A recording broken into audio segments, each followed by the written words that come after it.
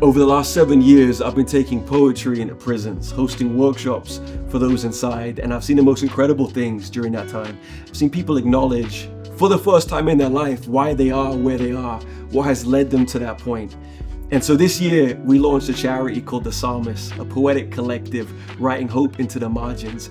And we're now doing these workshops, hosting these courses across the country, developing resources, because it all has to go somewhere. And unless we find a redemptive expression for our soul, there'll most likely be a destructive expression.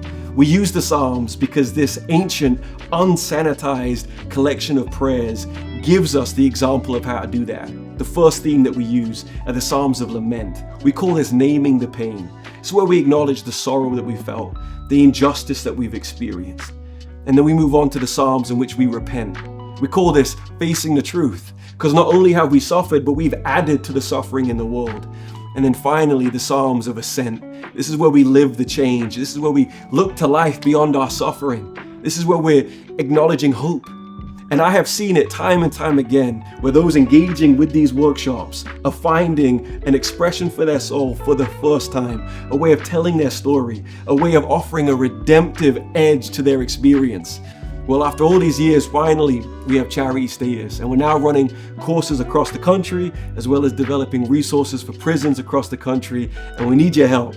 So you can get involved by just following our work, check out the website, become a supporter and a follower and a psalmist along the way, and I'd love to have you a part of this journey. Appreciate it.